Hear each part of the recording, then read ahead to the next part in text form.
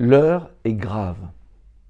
Des dirigeants européens inconscients sont en train de mettre en danger les Européens et donc nous, Français.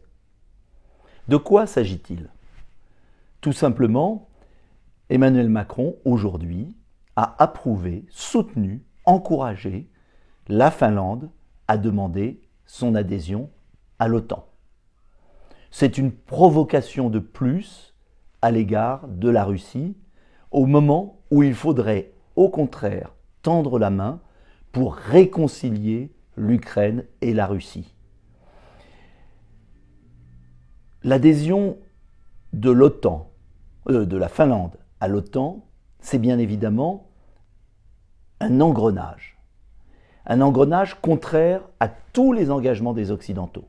C'est en fait stupidement donner raison à Vladimir Poutine, alors même que l'on sait que la Russie a agressé l'Ukraine.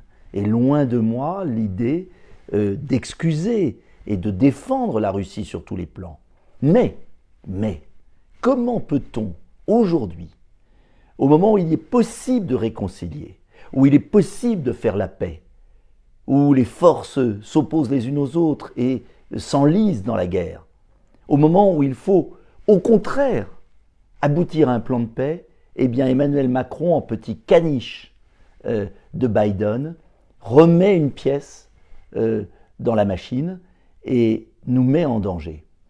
Bien sûr, il travaille main dans la main avec l'autre petit caniche, qui est Madame von der Leyen, la présidente de la Commission américaine, pas la Commission européenne, qui a eu des déclarations successives absolument stupéfiantes. La dernière disant que la Russie était la principale menace de l'ordre mondial. Quel ordre mondial? Celui de son conflit d'intérêts permanent avec le PDG de Pfizer. C'est ça. Madame von der Leyen, qui est l'ambassadrice des intérêts financiers, pharmaceutiques américains sur le continent. Madame von der Leyen, qui détruit l'idée de l'indépendance européenne et qui trahit en fait les valeurs européennes. Eh bien, von der Leyen et Emmanuel Macron sont, oui, les petits caniches, et j'assume ce terme. Pourquoi c'est grave? Parce que, en vérité, l'Europe est en train de sortir de l'histoire du XXIe siècle. Pour deux raisons. La première, c'est qu'elle se met dans la main des États-Unis, qui ainsi la mettent en état de dépendance, le gaz naturel liquéfié, qui vaut beaucoup plus cher, qui pollue énormément et qui va remplacer le gaz russe, le gaz du Qatar, qui bien évidemment n'a rien à envier sur le plan des droits de l'homme à celui de la Russie, et puis de l'autre côté, la Russie qui bascule vers la Chine. L'Europe est en train de s'isoler de l'Afrique. C'est une erreur géopolitique fondamentale. J'ajoute que les Français vont souffrir dur.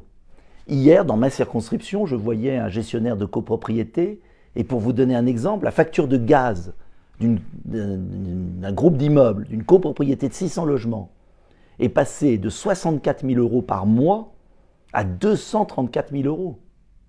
Parce que les prix garantis n'existent que pour les particuliers, mais pas pour les copropriétés. Cela veut dire, à la rentrée, une chute du pouvoir d'achat de nos concitoyens considérable. Et je ne parle pas enfin de la crise alimentaire qui risque de faire exploser le Maghreb et l'Afrique, avec des conséquences migratoires. Tout ça parce que M. Biden défend des intérêts personnels en Ukraine, parce que M. Macron et Mme von der Leyen ne peuvent rien lui refuser. À l'inverse, c'est parce que justement la Russie est en difficulté en Ukraine qu'il faut maintenant proposer le plan de paix que j'avais proposé il y a 2 mois, qui est un plan de paix équilibré, qui n'est pas pro-russe, qui n'est pas pro-ukrainien, et qui vise tout simplement, en échange du retrait des troupes russes, à donner un statut d'autonomie au Donbass, à créer une zone démilitarisée neutre en Ukraine, et à organiser des élections libres dans ce pays pour sauver les Ukrainiens de la situation désastreuse dans laquelle les ont placés les Russes bien sûr, mais aussi les Occidentaux qui de manière folle livrent des armes toujours plus meurtrières dans ce pays. Alors vous le voyez, à rebours de la pensée unique qui envahit les écrans français, je ne suis ni pro-russe, ni pro-ukrainien. Je suis gaullien. Je veux l'indépendance de la France. Je veux que l'Europe soit indépendante des grandes puissances. Je veux parler au monde. Et je pense la situation suffisamment grave sur le plan militaire, sur le plan stratégique, sur le plan géopolitique, sur le plan alimentaire, sur le plan énergétique, pour vous dire, n'écoutez pas les médias français. N'écoutez pas cette propagande qui n'a rien compris à la situation du conflit. Il faut circonscrire le conflit à la question du Donbass, revenir aux accords de Minsk, trouver une solution. C'est difficile, cela exige des compromis. Ne partons pas dans cet engrenage terrible qui risque d'affaiblir l'Europe pour 50 ans.